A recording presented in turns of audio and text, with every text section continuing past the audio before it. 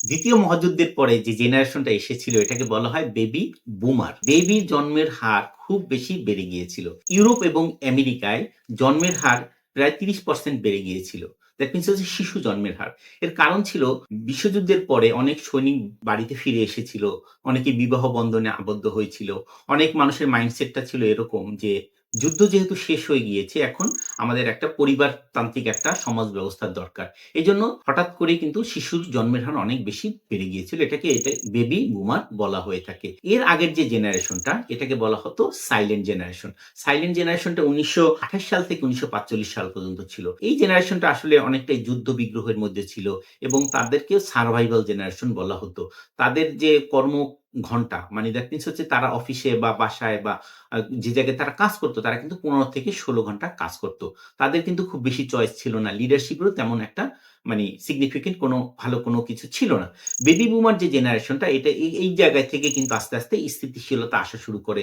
লিডারশিপে change আসা শুরু করে। টেকনোলজি কিন্তু আস্তে, আস্তে মানে ভালো হতে থাকে। এনালগ থেকে আমরা ডিজিটালের দিকে যেতে থাকি। আমাদের লিডারশিপেও চেঞ্জ হয়। আমাদের যে কর্মঘণ্টা এটাও কিন্তু আস্তে, আস্তে কমে যায়। মানুষের মানে কিন্তু চয়েসটা কিন্তু বেড়ে যায়। এবং বেবি বুমারের পরে যে জেনারেশন সেটা হচ্ছে জেনারেশন এক্স। এটা ছিল ১৯৬৫ সাল থেকে ১৯৮০ সাল পর্যন্ত।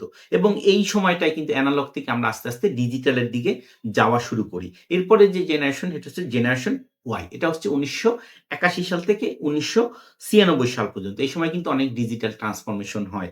এবং এই জেনারেশনটাকে বলা হয় মিলেনিয়াম জেনারেশন। হ্যাঁ? মিলেনিয়াম জেনারেশন মানে হচ্ছে 1 মিলেনিয়াম মানে হচ্ছে ১০০০ বছর। যেহেতু এই জেনারেশনটা ১৯৮১ সাল থেকে ১৯৯৬ সাল পর্যন্ত ছিল এবং ২০০০ সাল কেবল শুরু হবে।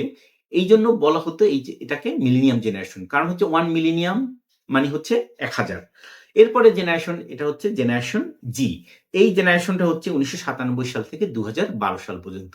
এই জেনারেশন জেন জি, এই জেনারেশনটাকে বলা হতো বৈচিত্র্য মানে ডাইভার্সিটির একটা জেনারেশন। এই সময় কিন্তু বিভিন্ন মানুষ, বিভিন্ন জেনারেশনের মানুষ কিন্তু একসাথে কাজ করা শুরু করে, লিডারশিপে চেঞ্জ আসা শুরু করে। এজন্য এটাকে জেন জি বলা হয় এবং ডাইভার্সিটি অফিসিয়ালি ইন্ট্রোডিউস হয়। এবং ডাইভার্সিটি কিন্তু এর আগেও ছিল। কিন্তু এই ডাইভার্সিটি অফিসিয়ালি কিন্তু ইন্ট্রোডিউস হয়নি। এজন্য এটাকে জেন জি বলা হয়। লিডারশিপেও চেঞ্জ আসে। এরপরে জেনারেশন আলফা ২০১৩ সাল থেকে কিন্তু মানে এআই এবং রোবোটিক্স এর যে জেনারেশন সেটাকে বলা হয় জেন আলফা। তো আমরা এখান থেকে যে জিনিসটা আসলে বলতে চাই যে আগে যে লিডারশিপটা ছিল ২০০০ মানে ৪৫ সালের আগে এটা ছিল মানে কিন্তু কমান্ড এবং কন্ট্রোল এর দিকে ছিল। হ্যাঁ? মানুষকে কমান্ড করত এবং কন্ট্রোল করে লিডারশিপটা মানে পরিচালনা করা হতো। কিন্তু ২য় মহাযুদ্ধের পরে ১৯৪৬ সাল থেকে আস্তে, আস্তে কিন্তু অবস্থার উন্নতি হয়। মানুষের ঘন্টা কমে যায়। মানুষের বিভিন্ন ধরনের চয়েস আসতে থাকে, বিভিন্ন টেকনোলজির পরিবর্তন হয়। এভাবে আস্তে, আস্তে ডাইভার্সিটি আসতে থাকে এবং আমাদের লিডারশিপেও কিন্তু একটা চেঞ্জ চলে আসে। এজন্য এই যে জেনারেশনের যে চেঞ্জটা, লিডারশিপ এর চেঞ্জটা, এইটা কিন্তু আমাদের বোঝা খুবই দরকারি একটা